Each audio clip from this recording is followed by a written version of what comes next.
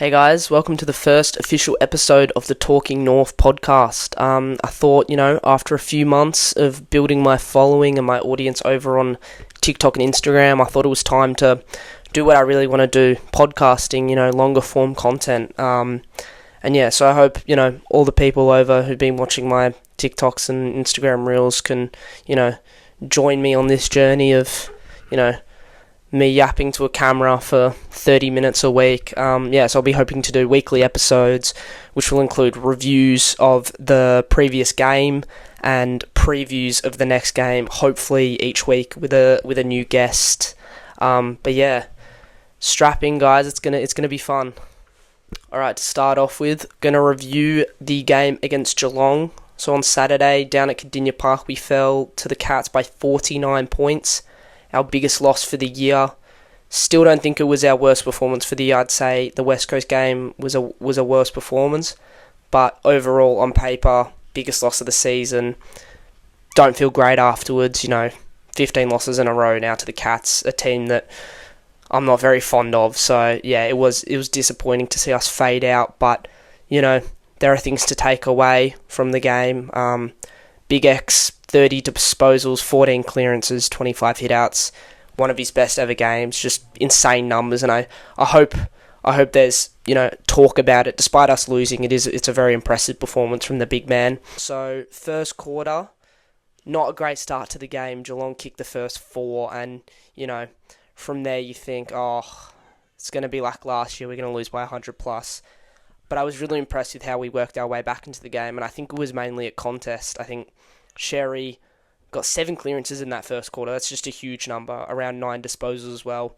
Everything he was doing was starting the attack for us. So, after conceding those first 4 goals, we're able to come back in that first quarter with 3 goals. And yes, we're only down by 7 points. Yeah, so going into the second quarter, I was, impressed with how we were dominating at clearance. It all came from Tristan Sherry, as I've mentioned. I thought we did well in the second term to stem Geelong's run and carry, because it's such a narrow ground. They love running through the middle of the ground, and I think we're able to slow them down a little bit. We kind of had the game on our terms, really. We continue to dominate at clearance. Dersma, really impressed with him in the second term. He got back-to-back goals, and I think he really is starting to show some superstar potential. He doesn't get much of the ball during a game, but I feel like everything he's doing is leading to a goal or is a goal, and that's all we can ask for from the guy. Like I thought, back end of last year, I thought his time at North was getting to an end, but I think he showed why we got him so high in the draft, and been really impressed with him this year, and again against Geelong, one of our better players. We're only down by 1 going into the second half, and we actually took the lead right at the start of the third, which was amazing. Third quarter, I really thought we could take the game. We stuck with them. Sherry, incredible again. I remember his tackle on Zach Guthrie that led to the Larkey goal was one of the moments of the game. After we go up by 7 points, this is where the game really slipped, I think. They started to get their run and carry. They started getting better at clearance. Max Holmes really opened up the game. His speed just was too much, and they kicked, 5 of the last 6 goals to end the quarter, and especially 2 from Shannon Neal in the last minute of the fourth quarter really took it out of us, I think. And they went into the last term leading by, I think it was 17 points going into the last, and we stuck with them well for a lot of the quarter, but to let them, kick away at the end of the third, I think led to what happened in the fourth, and it was hell on earth, really. I think it was a big flashback to lots of last year, really fading out of games, which we haven't done this year, but this was the first prime example of that. We do kick the first goal of the fourth, but from then on they kick around 8 or 9 straight to end up winning by 49 points. And there were just some things that kind of made me realise and kind of humbled me a little bit that we are still very, very far away from these top teams. Just some moments like Tom Powell's missed tackle. Sean Manor made it a little bit too easy to get past him. There was a 50-metre penalty with Simpkin and Doveston that just looked a little bit amateurish. Sheasel did finally get a goal in the fourth, but he remained pretty quiet with the Mullen tag. And Geelong were just not missing. I think at one point in the fourth quarter, they showed a stat that Geelong had kicked 13 goals, 1 in the second half, which is just an outrageous number. But when you come up against a team as good as Geelong, you're going to get punished if you're slightly off your game. And we were in that fourth term, and they really showed, how good of a team they are and how far away we are realistically from their level. 49-point loss could have been worse, but I think it would have been nice if we kept that form in the first three quarters into the last to make it a more respectable margin, or even compete to win the game. But it's what good teams do, and I think it's a big lesson that the boys have learned. In the back line, I think we had some okay performers. I think Comben was really good on return. I think he had 6 intercept marks, which is a good number for him. He's been really good at that this year, at just cutting off the loose passes from Geelong inside their 50, and he looks cleaner with his hands, and he's looking more confident with his ball use as well, more assertive out of the back, which is, I think, really important.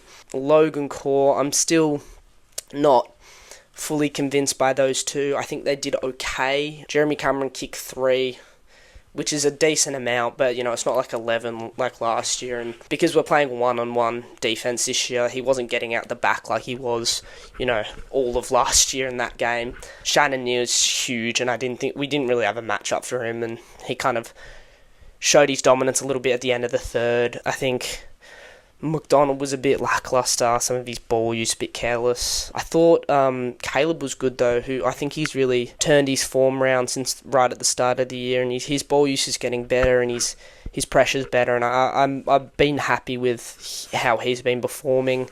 And then I think two of our better defenders were actually Parker and Zerha. I think Parker continues to show his leadership down there, and he doesn't really put a foot wrong, and can't really ask much more from him. He's doing excellent work down there. And I like what Zerha was doing in the backline. He had that game against Richmond a few weeks ago in the backline where he had a really good game, about 11 intercept possessions. And I was thinking, maybe it's because we're playing a poor Richmond team. But to see him stand up defensively against a really good side is a great sign, I think. I think Zerha down back can really work going forward, but I think the backline is still something we need to address. And there's obviously some injuries we have there with, Archer, Hardiman, Goda, not fully fit yet. We've still got more to develop in our backline, but I think despite conceding 20 goals, they did okay. They held up for the first three quarters, but when the game opened up in the last, it was just a little bit hard to stem the flow. But overall, not the worst performance from the backline. Now to the midfield. It was an interesting battle. I think Sherry was well and truly our best, 14 clearances. It was difficult with the Mullen tag on Sheasel. I don't think Sheasel's had that much of a tag before, and Mullen is obviously an elite tagger. He kept Bont to 14 disposals a few weeks ago. So I think, Sheasel ends up with 20 and a goal, which, given how good of a tagger Mullen is, it wasn't that bad, but he did struggle to have impact. But I think we could have made more of that situation. I think when a player does get tagged, it can open up the game for the other midfielders, and I don't think LDU made the most of it. The more spacing, we could have worked around it a little bit better. LDU had a decent game, 24 and 6 clearances, and I think he's been very good at breaking tackles this year. But I think, we could have made more of the Sheasel Mullen situation. But again, he's an elite tagger, Mullen, so it was alright. Finn O'Sullivan was pretty good again. I think he's obviously having a great year. I was actually impressed with Simpkins' work. He had a tag on Bailey Smith, I think, mainly in the first 3. I think they kind of threw it away in the last to try stop Max Holmes a little bit, but I think Simpkins did alright on Bailey Smith for a lot of the game. Smith didn't really have much of an impact, and Simpkins was able to get 2 goals and 20, so I think Simpkins actually doing an alright job as a tagger. It was Finn O'Sullivan early in the year, but Simpkins done some good work as a tagger, and I think it's the way that we're letting him play in the middle. So midfield did okay. We won clearances overall, but Geelong actually got on top in centre clearances, which I was a bit surprised about. I think apart from Sherry, we did struggle to get centre clearances. Max Holmes' run and Atkins in and under was really good. And I think without Wardlaw, we did struggle in the really in and under part of the game, because Atkins is a lead at that, and I think Wardlaw was probably our only player that could have stopped him. We had some ups and downs in the forward line. I think the best performer in the forward line, I would say, would be Dersma. I think 3 goals, took some nice marks. Got 2 in a row in the second, got 1 in the third. He was kicking goals when it mattered, and again, as I've mentioned, I've been quite impressed with Dersman's work, playing as a fairly deep forward. So I thought he did well. Jack Darling with 3 goals was good as well. I think, JD's had some games where he's been a bit quiet, but I think he still shows his experience, and 3 goals against a pretty good Geelong defence I think was a good outing for him. Paul Curtis had a nearly game. I think he got 1 goal, 2. Little bit ineffective. He actually had a few centre bounce appearances, so he was kind of not in the forward line as much as some of the other guys, but I think he did decent. Larkey was actually a letdown. I think Connor O'Sullivan had a really, really impressive game on him. Only 21, 22, and he kept, our 27-year-old captain to 1 goal. He was one of the best on ground, Connor O'Sullivan. He did a great job on Larkey. But the issue is that with Larkey, only getting 1 goal, you'd hope Cooper Trembath would benefit from that. But for the second week in a row, Cooper Trembath hasn't kicked a goal. I think because he set the standard so high in those first 10 games, kicking multiple goals pretty much every game, it has been a shame to see him these last 2 games not being able to impact the scoreboard. But I think, this happens with young players, and coming up against, a Giants defence and a Geelong defence 2 weeks in a row, 2 pretty good backlines, very experienced backlines, he hasn't been as good, and that's alright. There's nothing wrong with that, and it's growing pains, and I'm sure next week he'll come out against Sydney and kick 3, we trust him, and I don't think there's any concerns with Trent Barth. He's a young player, it's going to happen. Another player I'm a little bit more concerned about actually is probably Doveston. I think he is struggling to impact at AFL level, and obviously such a high pick. We traded up in the draft to get him. I do think it's time to give him games in the VFL, get his confidence up, make him remember what it's like to kick goals, get that joy back. Not saying that he's not enjoying his footy, but he is struggling to have an impact at AFL level, and I think he needs some confidence and he needs some form in the VFL to really get to the level, I think. And that's okay. He's such a young player that I think give him time, like we are with Whitlock in the VFL. We know that Whitlock's going to be a starter in our forward line in a few years, but for now, let him get his confidence up in the VFL, and I think we should do that with Doveston. I think very likely he'll be dropped after this week, but we'll see. Another one was Charlie Spargo. Did not have a great game. 9 touches. Had a moment in the third where he was in the back line where he should have just taken an uncontested mark, but he kind of punched it, and Holmes ended up kicking a pretty important goal. So one for Spargo to forget, but I don't think it calls for him to be dropped. He had a great performance against Giants the week before, and I think he's an important player, and I think we got him in the trade period for a reason. So I think be patient with him. He's an experienced player, and I think he won't have games like that every week. And then last of all, Tom Powell.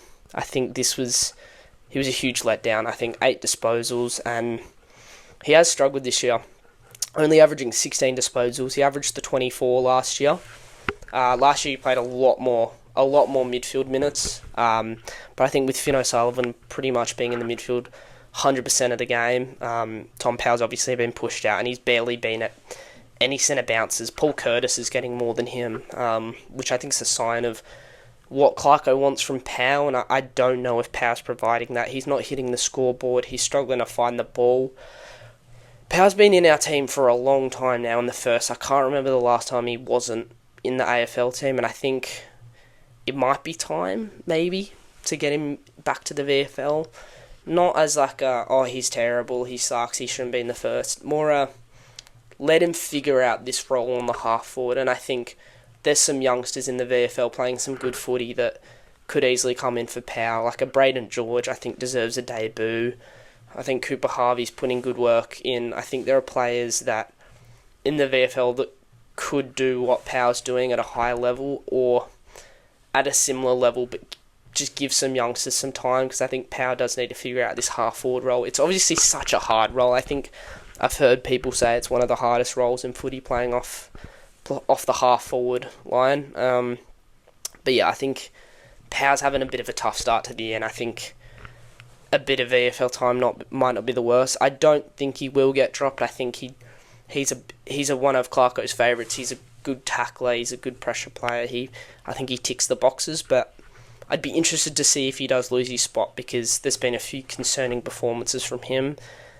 I think maybe more time in the midfield could work for him because I do think he's a better midfield player, but clearly we are prioritising Finn O'Sullivan in the midfield, and I think that's the right decision. I think that's what we need to do with him. But yeah, Tom Powell's a watch, I think. Some other players I haven't mentioned yet. Colby McKerch, I thought played really well. 2 goals, 23 touches. I think the narrow ground actually suited him a little bit because we had a bit of run through the middle and he was a big part of a lot of that. So I was really happy with Colby's work. I think people have been a bit questioning him a bit about the role change, but I'm liking what he's doing. I think he's playing well. I think he's a flexible player and we can play him anywhere. I think one thing maybe I'd want to see him a little bit more in the midfield because I think he's got some good dash that we could use at times, just as a bit of a mix-up. But yeah, Colby, happy with his work at the moment. I think he had quite a good game. Was able to get on the scoreboard, which I think he's doing quite well this year. I think he's kicked around a goal a game, which he'll be happy with. No concerns with Colby McKercher at all. But yeah, overall, disappointing loss for sure. Biggest loss of the season, but it happens. Geelong are an elite team, and we are at probably the most difficult part of the year in terms of fixturing. Geelong this week, Sydney next week, Adelaide, Gold Coast, Freo. This is a tough run coming up. And with how kind our fixture was to start the year, this was always going to happen. And I think four-quarter performances are more important than ever, especially against these top teams. And we couldn't quite do it against Geelong. A poor start and a poor end to the game was the difference. But a huge chunk of the game, we were well in it. And I like that, and that is promising. But yeah, just couldn't quite put it all together against a really strong Geelong team who've had our number for a while now. But I think there's signs that we can put together a full four-quarter game against one of the top teams and pull off an upset. But unfortunately, the Geelong game wasn't. But we'll see with these next few games to come if we can do it against some of these top teams. Well, to start off with, for those who don't know, which I don't think will be many, would you like to introduce yourself, your podcast, and your experience of being a North Melbourne fan? 3 big questions, mate. My name's Josh. I do the Further North podcast. Been around for about 4 years now. We're going pretty strong, which is good. And my experience as a North fan, well, I mean, any North fan who just missed the 90s has had a very interesting experience. I was alive for our 2 flags in 96 and 99, but I was 1 and 4 years old, so I'm not going to try and claim that I was there, but it's been an interesting ride as a North fan. I love the North community. It's fun being part of a smaller club, and I've made friends, and it's crazy. I've even got a platform that people listen to, which I really appreciate anyone who tunes in. But, North's all about community and just getting behind a smaller club and hope we can do something great. And when that premiership happens, mate, it's going to be worth about 14 Cats premierships. You know what I mean? Yeah, absolutely. Perfect answer. So obviously running the account, how much more enjoyable has it been this year compared to the previous years now that we're starting to show a little bit? Yeah, it's grown a lot, and with great power comes great responsibility. A wise man in a movie once said. But it's been good, mate. It's so much more fun, and the years get bogged down. Like 4 years into the pod now, and going through a lot of losses, you've got to sort of motivate yourself to. I've got to do the pod now. It's on my weekend. I work a full-time job as well, and I tell you what, it's a lot easier to jump on straight after a game and talk about a win. And look, I think there's going to be more to come this year. I'm excited, but a little bit of reward for effort, I think, after 3 years of not much winning. But look, we've started well this year, so hopefully there's more to come. Yeah, absolutely. Speaking of our start, so we sit at 4 wins and 4 losses. Where do you realistically think we can finish on the ladder by the end of the home and away season? Realistically, I think we just miss wild card, and I think that's okay. I think we're not going to make a leap. I don't think. I think we have too much as a football club to work on. But if we jump from bottom 2 or 3 for 6 years in a row, 5 years in a row, whatever it was, up to challenging for that wild card, I think that's fantastic. So I think we just miss it. I look at a team like the D's and I'm very envious of them. Just, I felt like they were going to be a bottom six team and they're ahead of us and rightly so with the scalps they've got. The next few games, I mean, Swans is tough, but then, there's a couple more games up until the bye that are tough, but I think we're a sniff in. If we get those, it might change my answer. But I think we just miss out on wild card, but I don't think that's, a negative season. I think that's a really, really good season for us still because it's a process and it's going to take time to get to the top.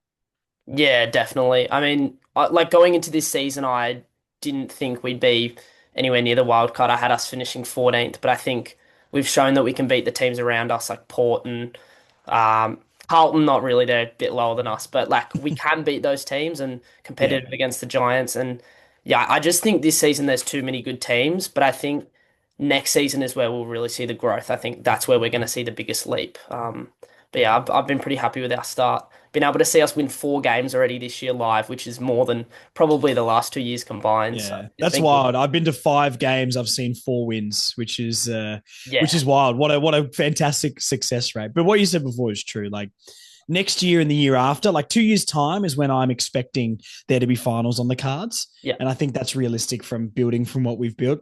You add some recruitment, which is starting already. We're starting to hear whispers of North's war chest again. And look, we've yeah, heard about that before with the Josh Kelly and Dusty days, but I look at the team now and there's a lot more of a selling point. Like North was sort of on the way down, trying to stay relevant in post those finals runs. But yeah. now we're a team on the up and it's exciting. I think it's a better sales pitch to people. If we can recruit on top of the natural development of most of this team, yeah, I'm excited, mate. It's going to be good. Yeah, for sure. So yeah, let's get into the Sydney preview. So last time we played them, it was round 19 last year at the SCG. It was a 31 point loss. Do you Lucky remember? us. Do you remember much about the game last year against Sydney? Um, Not really, to be honest. It's all the losses sort of blurred into one. I remember that was it Coleman? Oh, Coleman Jones played that game. Yeah. So Um, that it was his was first game back. it was after Sherry got that 3 week suspension, and we brought in Yes, Coleman Jones and Bryn Teakle. against Coleman the Jones D's. went down after 10 minutes, so Teakle ended up rucking the Mm. whole game. Yeah, with a cuff. Yeah, Yeah, yeah, classic. that's right. Yeah, now you're jogging my memory. That's right. I knew Coleman Jones. Well, Bryn Teakle. I liked Bryn Teakle. I was a Bryn Teakle man, but I did as well. yes, 31 points is actually not too bad. I thought it was worse than that, to be fair. Yeah. That you're right, because that was different because we played them early in the season. That was Matt Whitlock's first game, I think, as Yes. well. Yes. When we Correct. went in with like 4 key defenders for some reason and wonder Trust why we me. lost by like 50 Yeah. points, which Yeah. was a weird one. But hey, I'm no coach, clearly. But yeah, I don't know. We actually sort of did all right in that one, only going down by, 31, especially with Big X not being there. So Yeah. it's interesting coming into this one. The Swans feel better than last year, but we're better than last year as well. So Sure. who knows how they're going to play at Marvel? I don't know their record at Marvel, but I mean, their quality is high. So I'm a bit nervous about this one, to be honest, but it doesn't really affect where we stand this season, I think. But I know some people listening probably have a different view of that. Yeah. Yeah. So the game's at 1:15 on Saturday at Marvel. Mm. Do you think we have any chance to pull off an upset? What do you reckon? No, not really. No, I don't. Yeah. Fair. Really, like I'm a realistic fan. I've always tried to be pretty realistic on the pod, and I wish I could be confident we're going to win every single game, but that's just not going to happen. But no, not really. They're the best team this year. I don't think we can, but it doesn't mean we can't compete, and it doesn't mean we can't get some great things out of the game. It's still very crucial for our development to challenge these sort of teams, and we all say we're over honourable losses, and I don't disagree with that until there's 3 teams in the league that I think we got no chance. I think it's Geelong, I think it's Sydney, I think it's Hawthorn. I think those 3 are going to be games, and unfortunately, we play the Swans and the Cats twice this season. Not fair. Not fair. No, but we do get West Coast, Essendon, Richmond, and Port twice, I think, That's true. on the other side of that. So I'll take that, to be fair. But no, I don't think we're a chance. We're all, like, every team's like a 1% chance, I guess. But realistically, if we go in there, play our own game, compete, and they sort of run over the top of us because of their quality, they should be doing that as a premiership contender.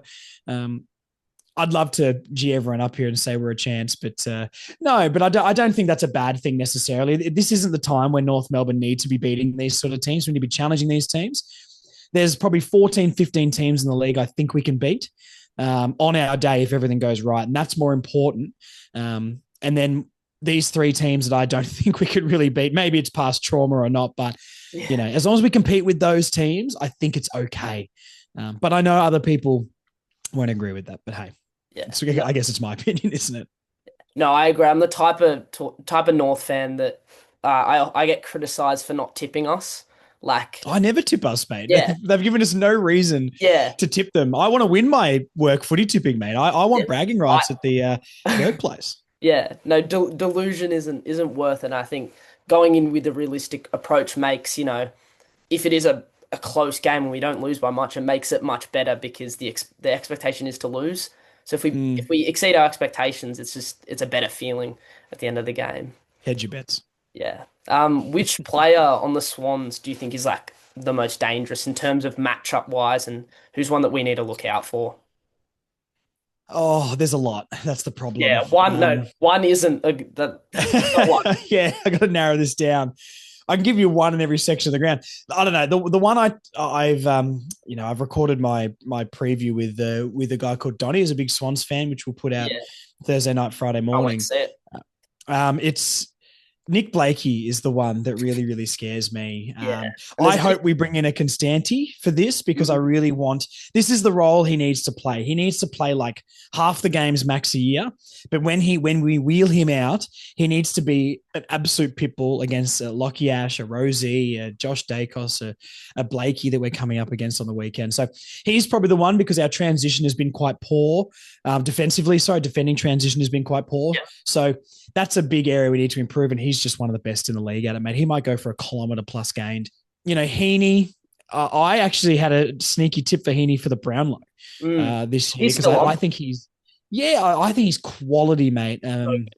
He's almost like a level up from a Toby Green, like just a more effective Toby Green. Toby Green's great, but Nicer I bloke think as well, I reckon. a better bloke as well. I'd Yeah, rather have a beer with Heaney as well. absolutely. But yeah, and then does Kerno get off the chain? Or I could see like an Amadi just having a game where his athleticism. I think Logue goes to Kerno. I think that's the best matchup, and I like what Griffin Logue's been doing this year. But after that, I mean, I look at Tom McDonald. I look at Amadi. North love announcing an average forward to the world. We've seen this many a Yeah, time. yeah, Um, absolutely. it's the Josh Bruce rule for North Melbourne, unfortunately. And Yeah, which one of those is getting off the chain? I hope Pink comes in for core. And then Comben, who do I want Comben to play off? I don't know. It's such a hard thing. But in that forward line, I'd like to say Kerno scares me, but I think it could be the guy who Aiden Core plays on probably scares me a bit, to be honest. yeah, yeah. I think Heaney is who I'd be most scared of because last Mm, year in that 31-point loss, Heaney kicked 5 goals. It was him. He was the difference. that's right. He was Yeah. like the only player all day that kicked multiple goals, and he had 5 and 30. It was like, yeah, he's the difference. And I think because we've got this year, we've got Finn O'Sullivan and Simpkin who've done some really good tagging roles. I think Mm, I think we have to tag Heaney 100%. yeah, I agree. Would you go Foss on him or Simpkin? I think I think Finn O'Sullivan because I think when Heaney peels forward, Finn O'Sullivan I think is actually quite a good one-on-one defender. I think Finn O'Sullivan would do well in that kind of contest rather than a Simpkin who's been a midfielder his whole career. So I'd put Finn O'Sullivan on him, to be honest. Mm. Yeah, no, fair. I was sort of feeling the other way. I was like, Yeah. maybe Simpkin can go to him because I think Finn O'Sullivan has more like attacking upside as well. So if you want someone to follow him around, maybe Simpkins the go. But I agree with you, like one on one, if Heaney does get isolated in that 50, I'd rather O'Sullivan do that. But then I would hope that there's a defender watching that as well, and someone can maybe double team or at least be in the area if he's going to get some quick entry into the 50. So, yeah, I don't know. I think O'Sullivan's a more damaging player overall, but Mm. I don't know. You can go either way. This is why we're all confused about why Clarko lifted the tag on Bailey Smith last week. He said 9 touches to half time, and Yeah. Simpkin was doing a great job. And then all of a sudden he ends up with like 30 odd touches and we lose by 50. You're like, why did you get rid of that tag? So hopefully they've learned because, yeah, Heaney could absolutely tear us apart. Yeah. You mentioned Toby Pingray's He's been in and out of the team. I personally haven't been too happy with that. Last Mm, year, when Kerner was back at Carlton, when we beat them in, I think it was round 15. Pink kept Kerno goalless. Do you think that's the perfect matchup in terms of what we have in our defensive stock? I don't know. Like I said before, I think Logue feels like the guy, and you sort of got to let Amadi or McDonald beat you. And if they beat you, you're just like, well, fair play, you know. But Kerno's the known commodity. I know he hasn't been seeing the world a light up there, but I think he's in some decent enough form. So, and he's always so dangerous. I would go Logue personally. Logue got the job on Jezza last week and did a really good job on him. I think you got to reward him for his form and be like, hey, take the job on Kerno, then you did the job on Jezza. It's gonna be a very different thing, right? Because Jezza gets up the ground, up to the wing, play makes from there, and he's even set up a few goals. But Logue tracked him all the way up to the wing. A lot of the time when Jezza did that, I would still go Logue. You're right though. Pink has done a good job on him, so maybe start Logue if Kerno kicks a couple in the first. You make that switch because if Pink could do a job, if Pink comes in hypothetically, right? Because my gut says Pink probably doesn't play, and Core is going to be the guy, even though I don't think many of us would be picking that.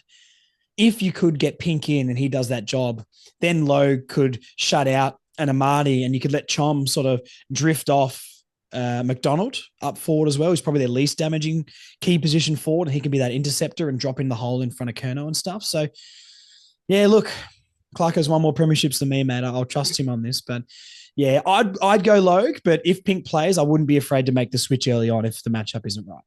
Yeah, fair. Another player in their forward line is Malcolm Roses, who kicked 7 last week. That was Linked a to us bit, a few years ago, actually, he was. yeah, right. It was a bit of a surprise. That do you think we have a matchup for him? Like, who would you put to Malcolm Roses, who's obviously in really good form right now? McDonald's the obvious one, but then you got Papley as well. Mm. Papley seems to like to play up the ground a little bit more, so I wouldn't mind. I mean, geez, have we got anyone who can sort of go with him around the ground as well? Sydney just match up nightmares, really. They don't really have because their sort of Paul Curtis Zerha esque floater is more like Isaac Heaney, right? Who sort of floats forward and plays that medium sized matchup nightmare. But other Yeah, than that, they've got a lot of talls and smalls. So, and that's really not our strength. McDonald's got to go to whoever's playing deeper. I wouldn't mind. Actually, I think Zerha and Papley would be an unbelievable battle. I reckon they would that'd just be be trying to fun. belt each other all day. It'd be so fun. Yeah. So I wouldn't mind seeing Zerha get a little bit more defensive responsibility.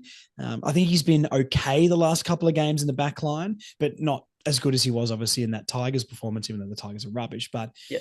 yeah, I would say maybe put Zerha on a Papley if he likes to push up the ground a bit more, and then put McDonald on a Rosas because McDonald plays deeper and he can clear that footy a little bit more. McDonald's been quite good this season as well. I know some people don't like him, but I think that's more about past expectation, or they've already made their mind up on him. He's had a fine season, so I can't think of a player that got away from McDonald this year and has torn us apart. So yeah, that they're the matchups I would go. What would you do? Um, we have a few options, I think. I think with Roses, we need someone a little bit pacier. I think the issue is our back line at the moment is extremely tall, and there's been a bit of talk recently about how small our back line is. I think he's not on the team at the moment, but I actually think a Hardiman would be a better matchup for Roses than Yeah. other players. And I'd actually rather, I think McDonald on Papley, possibly. Mm-hmm.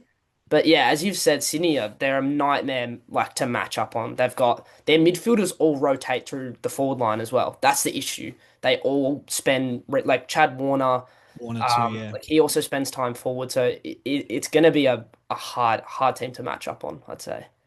No, I don't disagree with that. You're right. Like if Hardiman plays for sure, but I don't know if he's going to get selected. Like he played decently in the VFL last week, so he's definitely in contention. Mm, But I guess off the team of what I believe it will be, not maybe what I would do, what I think Clarkson will do. I don't know if Hardiman plays, to be honest. I hope he's back in the team soon because he feels like one of those players that's going to be like a Jackson Archer, where when he plays at AFL level, he's good, but his VFL performances don't seem to stack up for some reason. Like mm. why Jackson Archer was so good in the AFL and poor in the VFL, I'll never understand. But Hardiman feels a little bit like that to me as well. But I don't know if they pick him. Yeah. What do you think the team changes will be? Like if you had to pick the team, like if you had to do changes, not what you think Clarko would do, who would you bring in and who would you take out from the team against Um, it's hard. I really want to bring in Taylor Goat. I loved his game last week in the twos. and I would really like to start getting him and Big X rucking together. The only thing is, I think you've got to drop a Darling in that scenario, and I don't think Darling deserves to get dropped off his 3-goal game. His efficiency rating in that game, he was one of the most highly rated players in the AFL for that Yeah, round, which true. was a weird one. So I want to find a way to get him in, but I don't think he will. But I don't think I would do it either, unless Darling had a bad week, because obviously Cooper and Larky are not going out of that team. So I would bring in Constanti 100%. For the I Blakey think we matchup. need for the Blakey matchup. Him not playing on Ash lost us that game against the Giants, and I don't think we Yeah. should make that mistake again. I don't know why they're trying to play Spargo or Colby if he plays off half forward on those guys like that at the centre bounce. It's strange. Um, Wardlaw comes back in, obviously. So I'll go Constanti in, Wardlaw in, and I'll go Pink in. Core can go out. Powell can go out. Oh, and I don't know. I don't know. Maybe maybe the Dove, but I still think he needs a little bit more of a run. I don't know. Mm. Who else is there? Is there any injuries that I'm forgetting Well, I was about going that to we can put in? mention Oh, LDU. LDU. Yeah. Yeah, he's a fitness test. And I Yeah. heard that he didn't look great at training. So Mm, I have a feeling Sydney a game, even with LDU, probably yeah. wouldn't win. I have a feeling they might not play him. Yeah. My That's gut says the same too. yeah, So maybe I'll go LDU, Powell, and who was the other one I said to come out? core. Core. Yeah. For Pink, Wardlaw, Constanti. Maybe they're the changes I would make. But hey, the second any of those forwards have if and I love Jack Darling, by the way. I've been a massive Darling fan for years on the pod. I loved the trade at the time. I was talking it up at the time. The streets remember. But if Darling's form dropped off, I want Goad to come straight into that team and start to get him and X sort of rucking off each other. I think it'd be so exciting. His VFL form's good, but yeah, no, I'll go those 3 ins and outs. Yeah. No, I agree with you on GOAT. I think a lot of teams this year are starting to do the two ruck thing, like Melbourne against Sydney last week did Heath Mm. and Gawn, and Max Heath actually had more centre bounce appearances than Gawn. Did And he? I didn't know that. yeah, Grundy did have a huge game, like 25 and a goal, but Max Heath is really starting to show something. And I think, I know we have Goad contracted till 2028, and I understand that it takes time to develop these bigger guys, but I don't see the point in not trying him. Like, I think it Mm. was, I know he had that injury in the lead up to Sherry's 3 weeks off. I was disappointed we didn't try him for at least one of those, at least the Richmond one. And Yeah. it just feels like, yes, he's developing his game in the VFL, but the best thing we can do for him is give him AFL minutes, and he'll learn lessons from Grundy, and that's how he's going to be able to develop as a rock. That's what I think. I think we should give him a Yeah. go. That's true. But the thing that I would say is like we're going in very tall. Like where you can't rest with 4 forwards down there. You know what I mean? So Yeah, that'll mean Cooper doesn't go into the ruck, right? If there's 2 ruckmen. So are you gonna put Taylor Goad on the bench for 50% of the game? Like maybe you could, but in a game against Sydney where you want to try and stay into it, I think you need the runners and you need more people that are going to run out the game well enough. So yeah, I don't know. I don't think you can bring him in if we're going with those 3 key forwards. I don't know when that wavers though. I mean, Darling just keeps kicking goals, mate. So I'm not sure, but yeah, I'm excited to see the unicorn play. I need to see him in the team. I think he's so exciting. But yeah.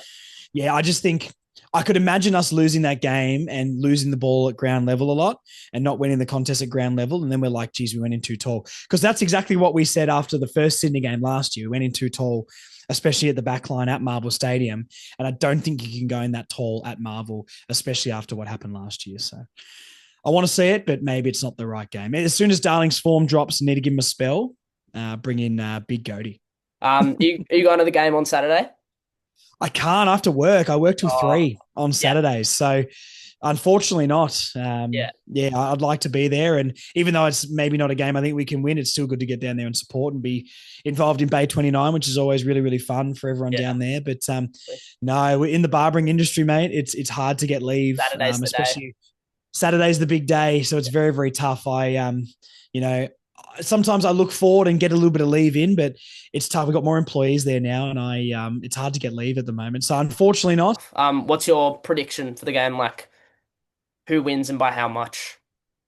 So Swans will win it. I think it probably around 40 points, to be honest. I don't know if we can hang into it, more than that.